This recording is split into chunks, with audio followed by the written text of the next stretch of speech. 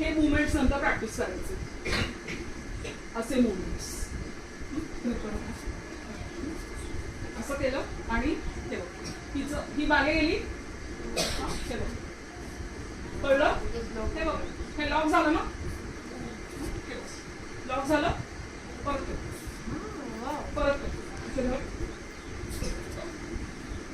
Lock केलं मी. आणू शकणार आहे का? ताकदच नाही टीचर हालायला, कारण इथं मी एक हात धरून ठेवलाय. हा हात मोकळा आहे का? काय पण करू शकते मी या हाताने, इथं आणू शकते, इथे आणू शकते. पाय पण आहेत ना मला, पायाचं काय करू शकते? एक कळतंय? सिंपल, एक सिंपल टेक्निक मध्ये लॉक केलं, धरून ठेवलं, हाताने इकडं हाणलं, पायाने इकडं हाणलं. हा, हे करून तिला पाडू पण शकते मी, अनेक गोष्टी करू शकते. सिंपल, कळलं?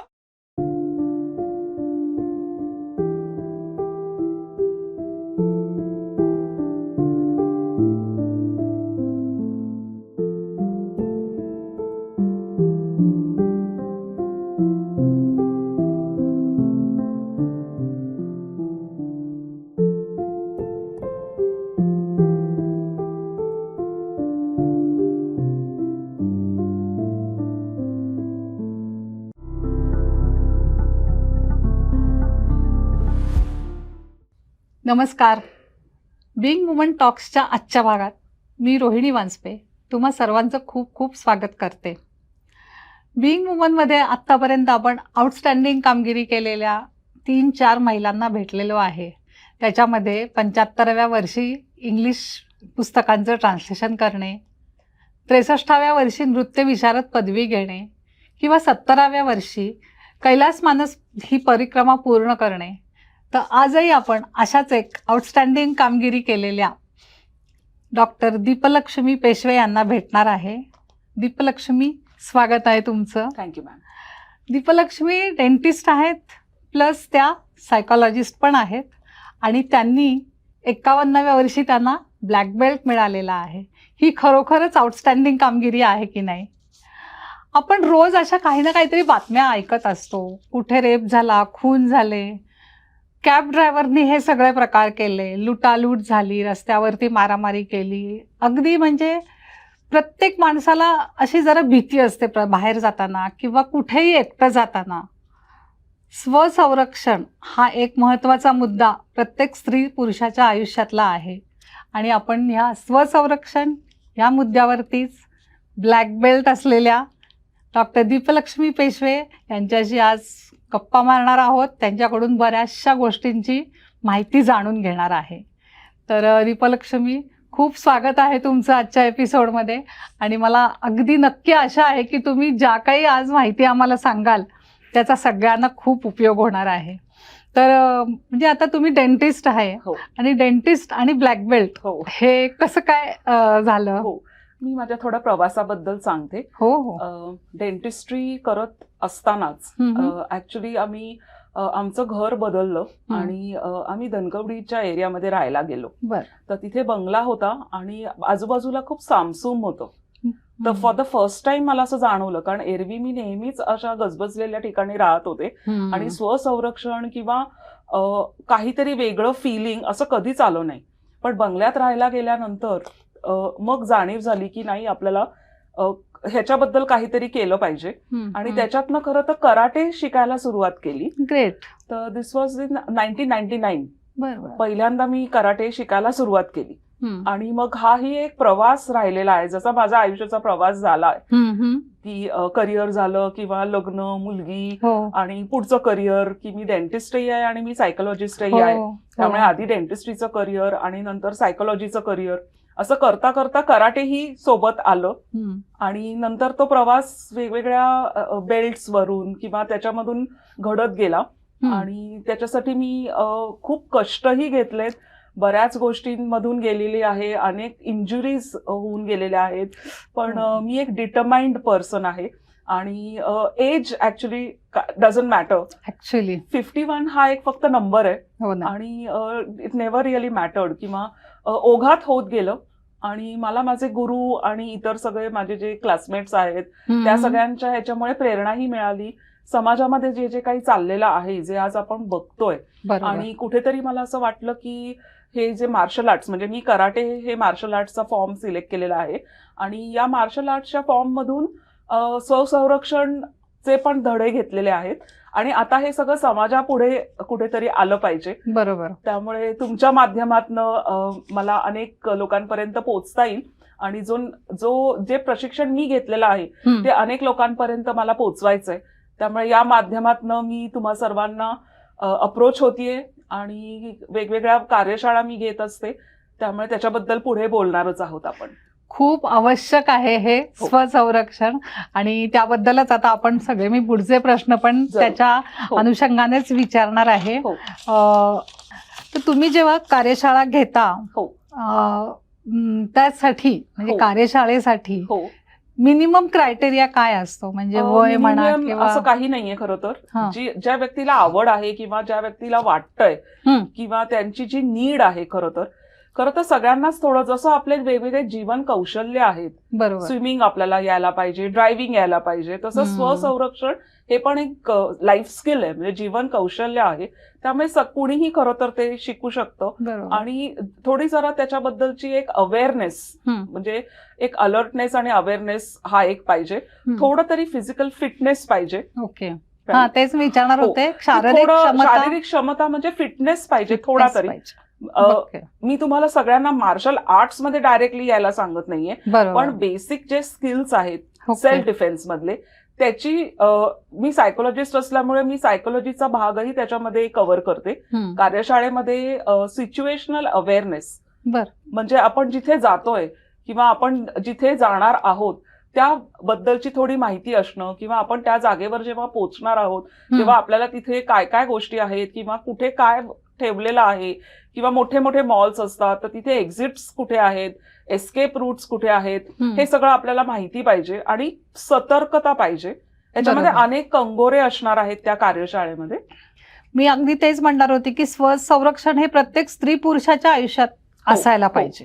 असं नाही की फक्त बायकांनीच करावं, असं नाही. मी मुलांसाठी पण खरं तर सांगेन, स्त्री पुरुष हे पुढचा पाठ झाला, पण ऍटलिस्ट तुम्ही एक साधारण 8-9 वर्षापासूनच जेव्हा तुमचं वय होतं, कारण तुम्हाला एक अंदाज यायला लागतो किंवा तुम्ही तुमचे मुवमेंट्स बऱ्यापैकी सुरू झालेले असतात, समाजामध्ये तुम्ही वावरता, जाणं येणं असतं, शाळा असते, आजूबाजूचे अनेक लोक तुमच्या आयुष्यात यायला सुरुवात होते आणि त्याच्यातनं कुठेतरी एक रिस्क सुरू होते. बरोबर. तोपर्यंतचं आयुष्य बऱ्यापैकी प्रोटेक्टेड असतं. त्यामुळे ते रिस्क जेव्हापासून सुरू होते तर त्या रिस्क किंवा ते जे काही सगळं वेगवेगळ्या गोष्टी तुमच्या आयुष्यात घडायला सुरुवात होतात, तर त्याच्यामध्ये हे कौशल्य आणि या कौशल्यातनं अजून एक कम्युनिकेशनचा भाग कुठेतरी, म्हणजे संवाद कौशल्य, हे पण मी कव्हर करते माझ्या कार्यशाळेमध्ये. कारण कुठेतरी ठामपणे नाही म्हणायला शिकायला हवंय आपल्याला. समोरची व्यक्ती जर आपल्याला अशा काही कृती करत असेल जे आपल्याला आवडत नाहीये, तर त्याच्याबद्दल आपण आवाजही उठवता आला पाहिजे. या कार्यशाळेत तर ती हिंमत द्यायचं खरं तर काम मी करते. बरोबर. वुमन एम्पॉवरमेंट किंवा male empowerment, any human empowerment खरं तर असं मी म्हणेन. Human empowerment, yes, which is very essential. समोरच्या व्यक्तीला आपल्याला जर त्यांनी कार्य केलं असेल तर आपल्याला होरे नाही करायचंय. बरोबर, राईट. आपल्याला एक कुठेतरी फाईट करायची ते स्पिरिट आहे. ओके. आणि त्या कार्यशाळेमध्ये तुम्हाला बॉडी लँग्वेज, टार्गेट डिनायल म्हणून एक कन्सेप्ट आहे. तर आपण टार्गेट नाही व्हायचंय. Correct, right. कारण आपण जर आ बेल मुझे मार असं आपण करायचं नाहीये. कारण ह्याच्यामुळे काय होतं की समोरच्या व्यक्तीला एक अंदाज येतो की आपण ह्यांच्यावरती हल्ला करू शकतो किंवा ह्यांना आपण टच करू शकतो किंवा ह्यांच्यापर्यंत आपण पोहोचू शकतो. तर आपली बॉडी लँग्वेज, आपण जेव्हा मुवमेंट्स करणार, आपल्या ज्या हालचाली आहेत त्या अशा व्यवस्थित पाहिजेत की कोणाची हिंमत होता कामा नये आपल्याकडे वाकड्या नजरेने बघायची. बरोबर. तर त्याची कौशल्य किंवा ते एक स्किल आहे खरं तर, तेही जाणून घेणं कार्यशाळेचा भाग तोही असणार आहे. तुम्हाला एक हिंमत झाली पाहिजे. तुम्ही रस्त्यावर जाताय किंवा तुम्ही कुठेही इतर फिरताय. आज आपण बघतोय, आज आपल्या मुली परदेशात जात आहेत किंवा रात्री बेरात्री नाईट शिफ्ट असतात. मुवमेंट सगळीकडे वेगवेगळ्या प्रकारचे झालेले असतात. त्याच्यामध्ये बेसिकली तुम्हाला एक हे सगळ्याचा सेन्स डेव्हलप केला गेला पाहिजे. म्हणजे तुमची बॉडी लँग्वेज अशी असली पाहिजे की समोरचा माणूस हल्ला करायला आला तरी तो जरा घाबरला पाहिजे. त्यांनी लांबनच बघितलं पाहिजे की नाही नादी न लागलेलंच बरं. हे अगदी बरोबर आहे, खरोखर आहे अगदीच. आणि तेच मगाशी मी जे म्हणत होते की ह्याचं प्रशिक्षण कुठे मिळेल किंवा काय मिळेल, तर ह्याची सगळ्यामध्ये मी कार्यशाळा जी घेते तर त्या कार्यशाळेचे म्हणजे मी टप्पे वेगवेगळे आहेत ते पहिलं थोडं मेन्शन करते. त्याच्यामध्ये मी थोडं पहिलं थिअरी घेते, म्हणजे सेल्फ डिफेन्स म्हणजे काय, सिच्युएशनल अवेअरनेस म्हणजे आजूबाजूचं आज आपण सगळेजण मोबाईल वापरतो, त्या मोबाईलचा इतक्या आपण अधीन झालेलो आहोत की आपण जेव्हा रस्त्यावर जातो तेव्हा आपलं तिथे अलर्टनेस कमी असतो, आपली सतर्कता कमी असते. तर कुठेतरी त्या बाबतीतला एक माइंडफुलनेस, कारण मी माझ्या इतर अनेक सायकोलॉजीच्या आणि सर्टिफिकेशन्स मध्ये मी माझं एक माइंडफुलनेसचं इंटरनॅशनल सर्टिफिकेशन केलेलं आहे. तर being aware of the present moment म्हणजे आता आपण इथे बसलेलो आहोत तर आपल्या आजूबाजूला काय गोष्टी आहेत, कोण कुठे कसं वावरतंय, कोण काय, त्याची एक नजर जी आपण म्हणतो. आपल्याला स्त्रियांना बऱ्यापैकी लवकर ओळखता येते, सिक्स सेन्स असतो, तर तो सेन्सही कुठेतरी डेव्हलप करणं. आणि मोबाईलमुळे जे आपण सारखे खाली असंच आपण असेच राहतो, तर जरा असं आणि looking around you is very very important. तर तो सेन्स डेव्हलप करणं. बरोबर. नंतर त्याच्यामध्ये इतर अनेक स्ट्रॅटेजीज आहेत आणि प्रिन्सिपल्स आहेत सेल्फ डिफेन्सचे. तर ते पण त्याच्याबद्दल एक जस्ट एक सांगते की स्ट्रॅटेजी एक मेन काय करायची. तर आपल्याला असं वाटतं की आपण आता शिकणार आहोत म्हणजे सेल्फ डिफेन्स, किंवा मी सुद्धा की मी कराटेमध्ये ब्लॅक बेल्ट झालीये, पण नाही. एक बेसिक स्ट्रॅटेजी जी कायम फॉलो केली जाते is try to evade an attack. म्हणजे इव्हेड अन अटॅक म्हणजे आपण अटॅक शक्यतो नाही करायचा आहे, नायदर तुम्ही करायचाय नाही ना समोरच्याला चान्स द्यायचा आहे अटॅक करायला. आणि you should run and escape. जिथे कुठे तुम्ही जाणार असाल तिथे पहिलं एस्केप रूट्स बघून ठेवा, एक्झिट रूट्स बघून ठेवा, की उद्या तुमच्यावर जर चुकून हल्ला झाला तर तुम्हाला तिथून पळ कसा काढता येणार. आय अंडरस्टँड की पळणे किंवा आपण म्हणतो की आपण म्हणजे आपण योद्धे आहोत किंवा नाही, पण देर आर मेनी फॅक्टर्स किंवा अनेक गोष्टी अशा आहेत ज्या आपल्याला माहिती नाहीयेत. सो आपण त्याची रिस्क नाही घ्यायची. कधी कधी असंही होतं ना, भीतीनं एकदम पळू शकत नाही किंवा शक्ती जाते अंगातली. तर हा अजून एक पार्ट आपण कव्हर करतो कार्यशाळेमध्ये की रिस्पॉन्सेस. की आपल्यावरती समजा हल्ला झाला तर आपली पर्सनॅलिटी कशी आहे त्याप्रमाणे आपले रिस्पॉन्सेस असणार आहेत. राईट. जर तुमचं तसं एक्सपोजर झालं असेल त्या पद्धतीने तुमचे रिस्पॉन्सेस असणार आहेत. राईट. आणि तुमची पर्सनॅलिटी जर लहानपणापासून तुम्ही जरा शामळूच असाल, राईट. प्रत्येक पर्सनॅलिटी वेगवेगळी आहे, त्यामुळे जर शामळू व्यक्ती असेल किंवा तुम्ही जरा घाबरणारे व्यक्ती असाल तर समोरच्याला अटॅकरला कळतं. राईट. त्यांनी सायकोलॉजीचा अभ्यास केलेलाच असतो. राईट. त्यामुळे तुम्हाला त्याचं सेन्सिंग करून घ्यायचंय की माझा रिस्पॉन्स यावेळेस कसा राहील. राईट. तर त्याच्यासाठी पण ट्रेनिंग आहे की जर तुमचं जर सारखे भीतीच असेल प्रत्येक गोष्टीतली तर ती भीती काढणे. आणि असंही कधी कधी होऊ शकतं की तुमच्यावर आधी पण हल्ला होऊन गेलेला आहे, त्यामुळे तर तुमचं कंडिशन झालेलं आहे माइंड किंवा ट्रॉमटाईज झालेलं आहे, जखमी झालंय मन तुमचं, आणि म्हणून भीती वाटतेय रिटॅलिएट करायला सुद्धा किंवा रिस्पॉन्स द्यायला सुद्धा. सो त्याबद्दलचं पण आम्ही प्रशिक्षणामध्ये मी कव्हर करते, कारण प्रत्येक माणसाचं त्याच्यामध्ये 4 स्टेजेस आहेत खरं तर. फाईट आहे, माझ्यासारखी व्यक्ती फाईट करेल कारण मी ट्रेंड आहे, मला अंदाज आहे समोरच्याचा किंवा माझा. राईट. किंवा माझ्याकडे मी काही वेपन्स कॅरी करू शकते तरी पण. राईट. हो. तर मी पण कधी कधी पळून जाणे, जसं मी म्हटलं एस्केप म्हणजे flight, move away, move out from there. आणि जे तुम्ही म्हणत होतात की freeze, that is called as freeze म्हणजे गर्भगळीत होणे हे जे म्हणतो आपण. आणि मग काहीच करता न येणं, फ्रोझन, हा एक रिस्पॉन्स आहे. आणि फॉन म्हणजे तुम्ही समोरच्या बरोबरच तुम्ही गप्पा मारायला सुरुवात करता, म्हणजे अटॅकरला प्लीज करायला लागता, हा अजून एक रिस्पॉन्स आहे. अटॅकरला म्हणजे की त्याच्याशी बोलणे, गप्पा मारणे किंवा त्याला शब्दात गुंतवून ठेवणे. ही पण एक स्ट्रॅटेजी तुम्ही वापरू शकता खरं तर सेल्फ डिफेन्स मध्ये. वेळ मिळाला पाहिजे ना. एक्झॅक्टली. म्हणूनच अलर्टनेस आणि माइंडफुलनेस की आपल्या बरोबर असं काहीतरी घडायला सुरुवात झालीये तर आपण काय काय करू शकतो. आणि रेडीनेस, प्रिपेअर्डनेस इज व्हेरी इम्पॉर्टंट. तुम्ही तयार पाहिजे, म्हणून स्किल्स पाहिजेत. कार्यशाळा केल्यावरती तुम्हाला एक कुठेतरी आतमधून कॉन्फिडन्स मिळेल या बाबतीतला, आणि प्लस प्रॅक्टिस. एकदा केलं तर विसरून जा. Okay, right. त्यामुळे मग एकदा केल्यावरती त्याची प्रॅक्टिस करणं अत्यंत महत्वाचं आहे, कारण सडनली काही झालं तर तुमचा ब्रेन पटकन रिस्पॉन्डच करणार नाही. म्हणून मग टीमवर्क करणं किंवा एक जोडीदाराबरोबर प्रॅक्टिस करणं, असं हे सगळं कार्यशाळेतनं तुम्हाला शिकवलं जाईल आणि त्या पद्धतीने तुम्हाला ते इम्प्लिमेंट करायला लागेल. खूपच महत्वाचं आहे या 4 गोष्टी ज्या सांगितलेल्या आहेत. म्हणजे अगदी समजा मी एकटी चालली आहे तर ह्या 4 गोष्टी मी आधी लक्षात ठेवायच्या. नक्कीच. आणि आणि तर तुम्ही एकटे आहात किंवा तुम्हाला भीती वाटतेय की मी कसं काय करू, तर आपण काही आयुध आपल्याकडे ठेवू शकतो.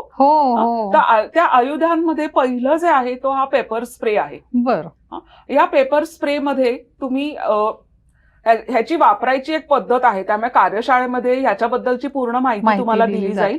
राईट. त्याचा उपयोग कसा करून घ्यायचा, कधी करायचा, कधी नाही करायचा, त्याच्या इतर ज्या गोष्टी आहेत, प्लसेस आणि मायनसेस आहेत, ते सगळं तुम्हाला याच्याबद्दल सांगितलं जाईल. प्लस साधं तुम्ही ज्या तुमच्याकडे पर्समध्ये ज्या आपण रेग्युलरली वस्तू ठेवू शकतो, सिंपल गोष्टी आहेत. नाईफ्स असतात, राईट. आपण सुरी असते किंवा कात्री असते, आपण त्याचं हे जे pointed, basically pointed objects. So you should be aware, किंवा आपल्याकडे सोबत हाताशी पटकन येतील असे पॉइंटेड ऑब्जेक्ट्स पाहिजेत. नाहीतर अटॅक होतोय आणि पर्समध्ये खूप खोल पेपर स्प्रे ठेवलाय किंवा नाईफ ठेवले तर काहीच उपयोग नाही होणार. त्यामुळे तुमच्याकडे ते सगळं हँडी पाहिजे, हाताशी पाहिजे, आणि तुम्ही त्याचं कुठेतरी ह्याचं एक डेमो पण करून घेतलं पाहिजे. म्हणून कार्यशाळेमध्ये हेच सगळं तुमच्याकडून करून घेण्यात येईल, अगदी इझिली मिळेल. सो घरातनं बाहेर पडताना आपण प्रिपेअर्ड असलं पाहिजे. आपले खिसे आहेत किंवा मोबाईलचे आपले पाउचेस आहेत, त्याच्यामध्ये हँडी की पटकन उचलून आपण तिथून काढू शकतो. बरोबर. पर्समध्ये इतक्या वस्तू असतात की इतकं खोल आत हात घालून तोपर्यंत दुसरं अटॅक होऊन जाण्याची शक्यता असते. त्यामुळे म्हणून मग हा प्रिपेअर्डनेस खरं तर, आणि एक सेन्स डेव्हलप करणं प्रत्येकामध्ये, ही पण एक कार्यशाळेची मेजर एक माझं हेतू आहे त्याच्यामध्ये. बरोबरच आहे. ही खूप महत्वाचंच आहे. आता जे सांगितलं ते, तर हे सगळं शिकवणं दुसऱ्यांना, पण त्याआधी तू स्वतः एकदमच ट्रेंड झाली आहेस ब्लॅक बेल्ट घेऊन, आणि ते सुद्धा 51व्या वर्षी. तर मी पुस्तक वाचलंय तुझं, तर ते पुस्तक आम्हाला जरा सांग ना, त्याच्याबद्दल काय काय. हे माझं पुस्तक आहे जे मी black belt at 51 black belt at 51 असं लिहिलेलं आहे.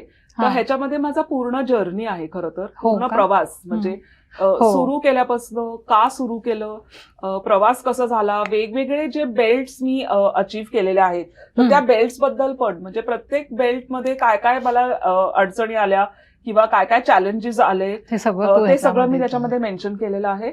आणि काय बेनिफिट्स मिळाले मला म्हणजे मार्शल आर्ट्स शिकून, प्लस कराटेचा क्लास करूनही.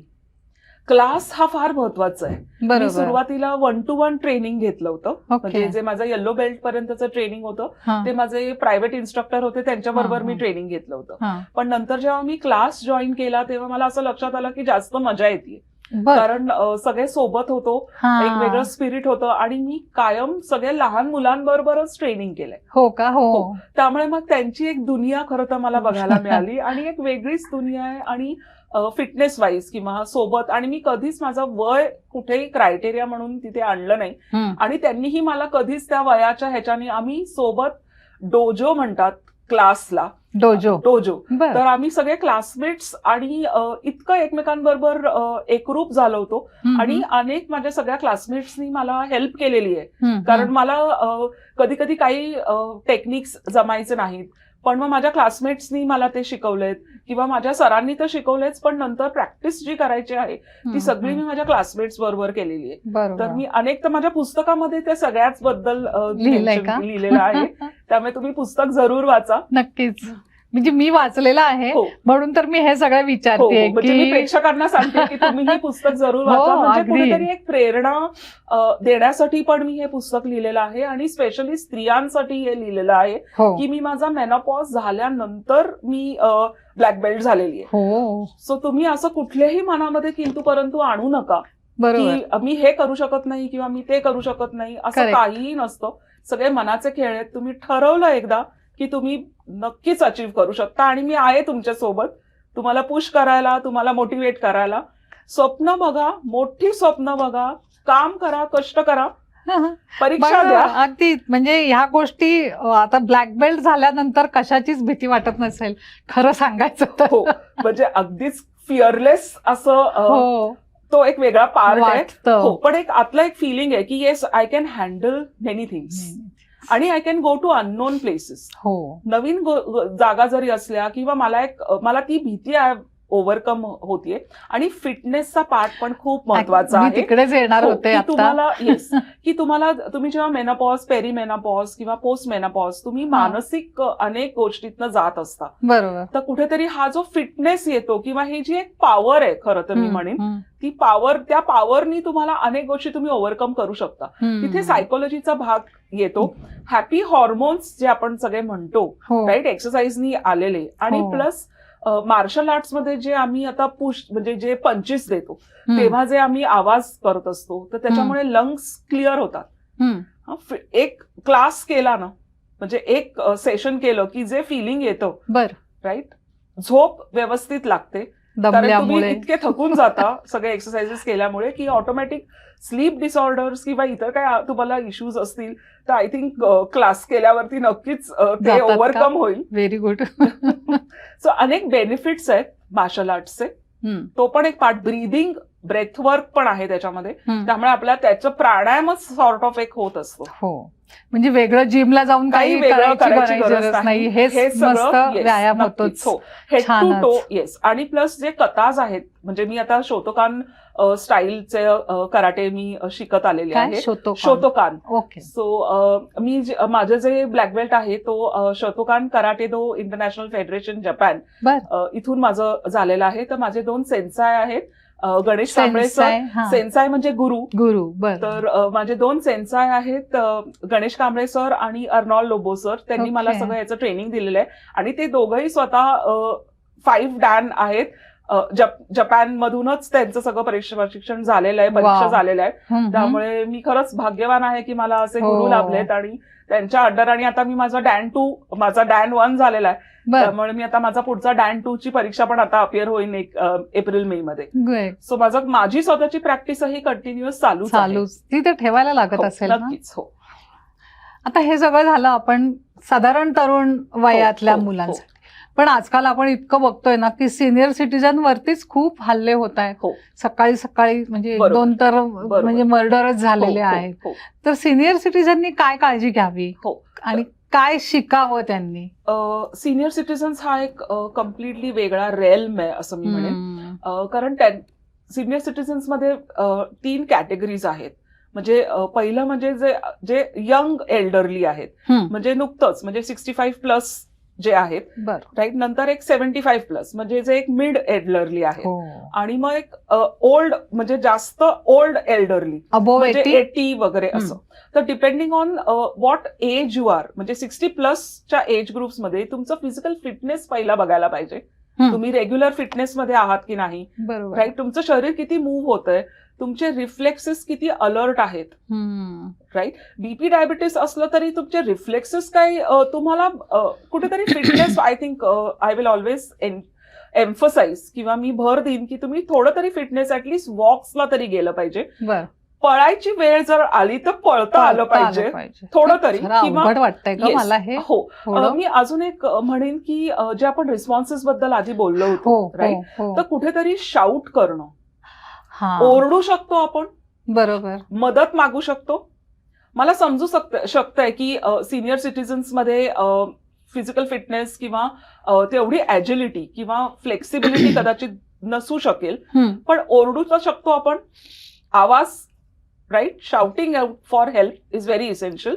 आणि कुठेतरी काही आपल्याकडे जे मी वेपन्स किंवा जे मी पेपर स्प्रेचं दाखवलं, पेपर स्प्रे हँडी ठेवू शकता तुम्ही राईट. आणि टार्गेट डिनायल हा एक मेजर पॉइंट राहील. तुम्ही कुठे जाताय त्याचा आधी अभ्यास करा. रात्री बेरात्री उशिरा फिरू नका. एकटे एकटे घरात राहणार असाल तर त्याच्यासाठी वेगळे प्रिकॉशन्स हो, अजून मी तेच, लागणार हो, आहेत. हो. हो, पण आता हा वेगळा अख्खा मला वाटतं सेपरेट एखादा पॉडकास्ट करावा लागेल आपल्याला सिनियर सिटीजनसाठी. पण बेसिक काही गोष्टी ज्या आहेत नोकऱ्यांचं पण येस, आपण आणि खूप दागिने घालून राईट ज्या महिला म्हणा, तर तुम्ही तसं तुम्ही बेल मुझे मार करायचं नाहीये. टार्गेट डिनायल, आपण टार्गेट नाही व्हायचंय. Don't attract attackers to you. हा एक संदेश देईन खरं तर मी. Be alert. तुम्हाला काय म्हणजे तुम्हाला कार्यक्रमाला जाताय तर तिथे जाऊन दागिने घाला वाटलं तर, किंवा वरती काहीतरी जॅकेट घाला ज्याच्यामुळे लोकांना दिसणार नाही. राईट, तुम्ही प्रिकॉशन्स ह्या घेतल्याच पाहिजेत. कारण एज वाईज तुमचे रिफ्लेक्सेस बदलणार आहेत, रिस्पॉन्सेस चेंज होणार. आणि सोबत एकटे जाण्यापेक्षा जर सोबत मिळू शकत असेल तर सोबत will always be better. Okay, म्हणजे सिनियर सिटीजननी ह्या प्रिकॉशन तर घ्यायलाच पाहिजे. नक्कीच.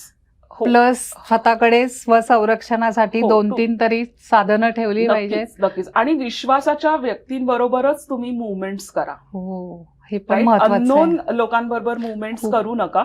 आणि मी ऑन दिस नोट मी 112 या हेल्पलाईन बद्दल पण बोलेन. राईट, तर 112 ही आपली पोलिसांची हेल्पलाईन आहे. तुम्ही ती स्पीड डायल वरती, होम स्क्रीन वरती, आपल्याकडे सगळ्यांकडे मोबाईल्स आहेत. आपला जो होम स्क्रीन आहे जिथे आपण रेग्युलर फोनचं जे आपलं बटन असतं, म्हणजे फोनचं जे आयकॉन असतो, त्या फोनच्या आयकॉनच्या बाजूलाच 112चं तुम्ही डाउनलोड करून घेऊ शकता ऍप.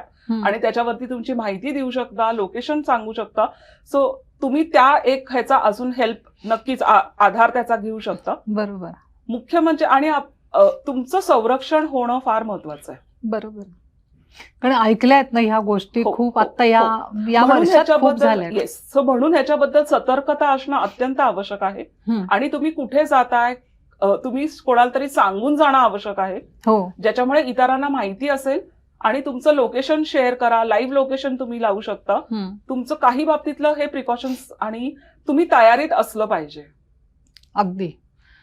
कारण सिनियर सिटीजन्स बरोबर एकट्या मुली जाणाऱ्या आहेत, एकटा माणूस जाणारा आहे, त्यालाही लुटायला लोक काही कमी नाही करत आहेत.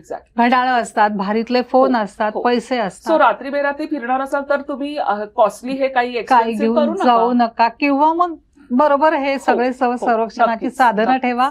आणि प्लस एक कार्यशाळा अटेंड करा. हो, डेफिनेटली नक्की. सगळ्या वयोगटातल्या लोकांसाठी आहे. कसं आहे, तुमच्या अनेक गोष्टी असतात ज्या तुम्ही एरवी बोलू शकत नाही, पण कार्यशाळेमध्ये मोकळं वातावरण असतं. तुम्ही हे सगळं शेअर करू शकता आणि माझ्याबरोबर मोकळेपणाने संवाद साधू शकता आणि स्किल्स घेऊ शकता. हो ना. कुठेतरी एक आतमध्ये हिंमत बांधणं फार महत्वाचं आहे. सो ते मी डेफिनेटली करू शकाल. मला हे पण अजून विचारायचं होतं की जेव्हा तू स्वतः ब्लॅक बेल्ट तुला मिळाला, तर त्यावेळेला कसं वाटलं होतं की अरे म्हणजे हे अनएक्सपेक्टेड होतं का? नाही, मला मिळणारच आहे असं होतं? नाही, मिळणारच आहे. ओके. असंच कारण ही अतिशय मेहनत घेतलेली आहे त्या सगळ्यासाठी. प्रत्येक बेल्टसाठी व्यवस्थित क्लासला अटेंड किती बेल्ट असतात, कसे असतात? पहिला व्हाईट बेल्ट असतो, जेव्हा आपण आतमध्ये एंटर करतो तेव्हा व्हाईट बेल्ट असतो. नंतर येलो बेल्ट असतो, नंतर ऑरेंज असतो, ग्रीन, ब्ल्यू, पर्पल. नंतर ब्राऊन मध्ये अनेक 2-3 टाइप्स आहेत. ब्राऊन 1 आहे, ब्राऊन 2 आहे आणि ब्राऊन बेल्ट आहे, आणि मग ब्लॅक बेल्ट आहे. सो असे मी 10 बेल्टच्या परीक्षा दिलेल्या आहेत आणि सगळ्यात यशस्वी झालेली आहे. तेव्हा तो ब्लॅक बेल्ट मिळाला. Very good. त्यामुळे एक तपश्चर्या आहे असं म्हणायला हरकत नाही खरं तर. आणि आनंद झाला की फायनली जे मी ठरवलं होतं ते मी अचीव्ह करू शकले. खूपच छान. हो, आणि तो एक वेगळा सन्मानही आहे. ते आहेच. त्यामुळे जिथे कुठे मी जाते त्यामुळे ते नक्कीच एक माझं लाईफ लॉंग माझी एक अचीव्हमेंट आहे. मलाही असं वाटलेलं की ब्लॅक बेल्ट म्हणजे ऐकलं ज्या वेळेला तेव्हा ब्लॅक बेल्ट असं होतं. कारण आपण सिनेमात किंवा इथेच ऐकलेलं असतं किंवा जपानीज मुव्हीज मध्ये. नाही, पण आता आपल्याकडे अनेक मुलंही म्हणजे ब्लॅक बेल्ट होत असतात. जर तुम्ही लवकर, खरं तर मी त्याबद्दलच सुद्धा सांगेन की तुम्ही तुमच्या मुलांना मार्शल आर्ट्स मध्ये, कराटेच असं नाही, कुठले अनेक वेगवेगळे टाईपचे मार्शल आर्ट्स आहेत. तुम्ही त्यांना एक लहानपणापासून जर तुम्ही ह्याची सगळ्याची जर तुम्ही त्यांना सवय लावली आणि let it become a way of life. म्हणजे कराटे दो हा जो शब्द आहे त्याचा अर्थ वे ऑफ लाईफ आहे. बरं. सो तुम्ही एक वे ऑफ लाईफ मला वाटतं अनेक मानसिक आजार, ह्याच्यातून ऍडिक्शन्स होत असतं. ह्याच्यात तुम्ही जाणारच नाही. जर खरंच तुमची आहे. कराटेचं जर तुम्ही कराटे दो जर तुम्ही फॉलो केलं तर इट्स अ हम्म. Way of life. तुम्ही एक शिस्तीत व्यवस्थित लाईफ जगू शकता आणि कुठेतरी ऑनेस्टली अनेक गोष्टी तुम्ही करू शकता. तुमचं करिअर तुम्ही फोकस करू शकता, कॉन्सन्ट्रेट करू शकता, कारण या सगळ्या ह्याच्यामुळे फोकस कॉन्सन्ट्रेशनची सवय होते. सो अभ्यासही चांगला होऊ शकतो. अजून एक मला ह्याच्यामध्ये ऍड करावं असं वाटते हो. की तुम्ही स्वतः ब्लॅक बेल्ट आहात आणि तुम्ही समोर जर बघितलं एखाद्या माणसाला कारण नसताना हो. कोणीतरी हल्ला करतंय, मारते, हो. तर तुम्ही जाऊन त्या माणसाला नक्कीच. वाचवू शकता. डेफिनेटली. म्हणजे हे किती महत्वाचं आहे. कारे तरी करू शकता. नाही, म्हणजे त्या माणसाला तुम्ही वाचवू शकता. डेफिनेटली. आता 10 लोक आले तर हो, I don't think so. Yes, that is different. पण ऍटलीस्ट तुम्ही आवाज तर उठवू शकता, आवाज करू शकता आणि Right. त्याला दाखवू शकता की Accost- भीती. येस येस, अकॉस्ट नक्की करू शकता तुम्ही. खूपच म्हणजे ह्या इतक्या महत्वाच्या गोष्टी आहेत ना, हो, किती हो. म्हणजे हो. अचिव्हमेंट मध्ये या सर्व महत्वाच्या गोष्टी नक्कीच, त्याच्यात आलेल्या नक्कीच. आहेत. ती हिंमत देणं हे माझं काम आहे. हो, खरं खरंच आहे. स्किल्स हा वेगळा पार्ट आहे, बरोबर आहे. right? पण तुम्हाला हिंमत देणं की तुम्हाला सहज लाईफ तुमचं जगता यावं. आणि प्रत्येक जण आपण म्हातारे होणारच आहोत, मग काय. असं कोणी नाही की आपण म्हातारे होणार नाही नाहीये. आहोत. त्यामुळे मग म्हातारा होत असताना एजिंग ग्रेसफुली जे आपण म्हणतो, बरोबर. Right. So with self defence that will give you another cutting edge to your personality.